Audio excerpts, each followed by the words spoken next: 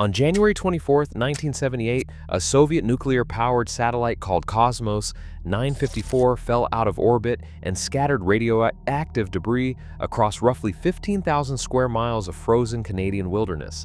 Canada eventually sent Moscow a bill for $6 million. The Soviets paid $3 million. That awkward, half-settled transaction is the closest the world has ever come to a clean answer to a question that gets bigger every year. When a satellite worth billions of dollars explodes, falls apart, or just stops working in orbit, who actually pays for it? The answer involves Lloyd's of London, a treaty signed during the Cold War, a $10 billion telescope nobody would insure, and a tiny club of about 30 people who underwrite the entire global space industry. Before we get into the strangest insurance market on the planet, hit subscribe, because by the end of this, you will understand exactly why NASA gambles with telescopes worth more than aircraft carriers and why one bad year nearly broke the whole system. The first thing you have to understand is that NASA does not buy insurance. Not really. When the Space Shuttle Challenger exploded in 1986, the United States government did not file a claim. When the Columbia broke apart over Texas in 2003, no insurer wrote a check. When a Mars rover gets bricked by a software bug, no policy kicks in. The federal government self-insures its space missions, which is a polite way of saying that if something blows up, the taxpayer eats the loss. The reasoning is simple. The premiums to insure a single flagship NASA mission would be astronomical because no underwriter on Earth wants to be on the hook for a one-of-a-kind machine built over 20 years by a national space agency. So instead, NASA absorbs the risk internally, the same way a country absorbs the risk of a battleship sinking. It is cheaper to lose the asset than to pay someone else to be afraid of losing it. The legal framework behind all of this dates back to the Cold War. In 1967, the Outer Space Treaty established that governments are responsible for any object they launch into space forever. If your country's satellite hits someone's house, your country pays. The 1972 Liability Convention sharpened the rule, requiring countries to compensate for damage caused by their space objects. That is the treaty Canada invoked when Cosmos 954 scattered uranium across the Northwest Territories. But the treaty assumes a clean nation versus nation transaction. It does not really account for what happens when a private company in Luxembourg launches a satellite built in California on a rocket from Florida, insured by a syndicate in London, and that satellite collides with a Starlink unit owned by an American billionaire over the Indian Ocean. The treaty was written for a world with two space programs. The world now has roughly 10,000 operational satellites and counting. For commercial satellites, the picture looks completely different. There is an actual insurance market, and it is shockingly small. The entire global space insurance industry is underwritten by maybe 20 to 30 companies worldwide, most of them clustered around Lloyd's of London.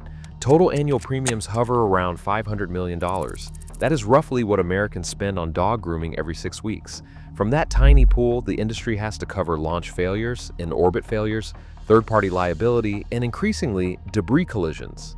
Premiums for a typical commercial satellite run somewhere between 5% and 20% of the satellite's value, depending on the rocket, the orbit, and the operator's track record. A $200 million telecom satellite might pay $15 million in premium just to get to space.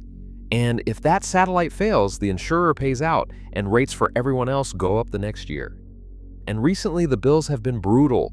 In 2023, Viasat's brand new Viasat-3 America's satellite reached orbit successfully, then suffered a catastrophic antenna deployment failure that wiped out roughly 90% of its capacity. The insured loss was around $420 million. The same year, Inmarsat's I-6 F2 satellite experienced a power failure shortly after launch, costing insurers another $350 million. Then in October 2024, the Intelsat 33E satellite quite literally broke apart in geostationary orbit, scattering more than 20 pieces of debris and triggering tens of millions in insured losses. Within 18 months, the space insurance market had paid out close to $1 billion in claims, while collecting only a fraction of that in premiums. Underwriters started pulling back. Some refused to insure certain rocket types entirely.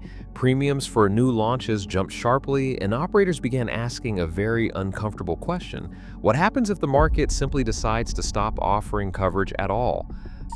The most expensive insurance question in modern memory was answered on September 1, 2016, when a SpaceX Falcon 9 rocket exploded on the pad at Cape Canaveral during a routine fueling test. Sitting on top of that rocket was a satellite called AIMA-6, owned by an Israeli company called Spacecom, and pre-leased to Facebook for an Internet to Africa project. It was worth roughly $200 million. It had not yet been handed over to SpaceX in the legal sense, which meant SpaceX did not technically owe anything for destroying it. The insurance policy covered the satellite, not the rocket, and the contracts between operator, manufacturer, and launch provider turned into months of arguments over who was responsible for what. The lesson the industry took from AIMA-6 was that even a perfectly normal Tuesday morning at the launch pad could vaporize $250 million in seconds, and the paperwork would take years to sort out. Then there is the satellite at the center of this video. The James Webb Space Telescope cost roughly $10 billion and took more than 20 years to build. When it launched in December 2021, it sat on top of an Ariane 5 rocket headed for a point in space 1 million miles from Earth, a place where, if anything went wrong, there would be no rescue mission, no astronaut could reach it, no replacement existed. It was completely uninsured. NASA had run the math. The premium to insure Webb against launch failure would have consumed an enormous chunk of the program budget, and no single underwriter could have absorbed the loss anyway. So the agency did what governments always do with truly unique assets. It crossed its fingers. The rocket performed flawlessly. The telescope deployed across a tense 30 days of single-point failures, and the United States got away with one of the largest uninsured bets in the history of engineering.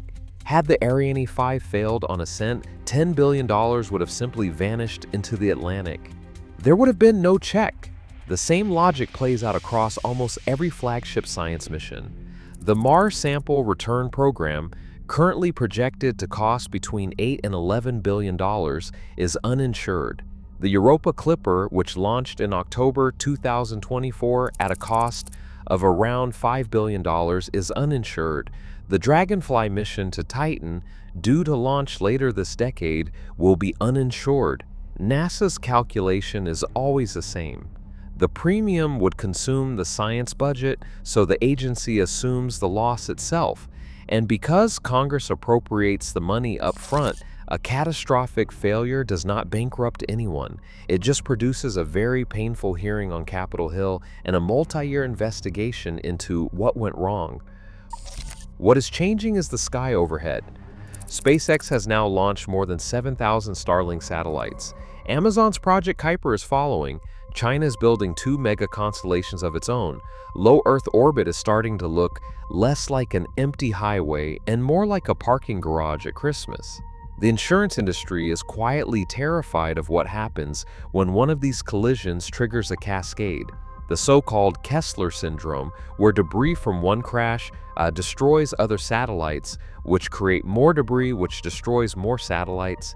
There's no policy that covers the end of orbit as a useful place. So when a $10 billion satellite explodes, the honest answer to who pays is almost always the same.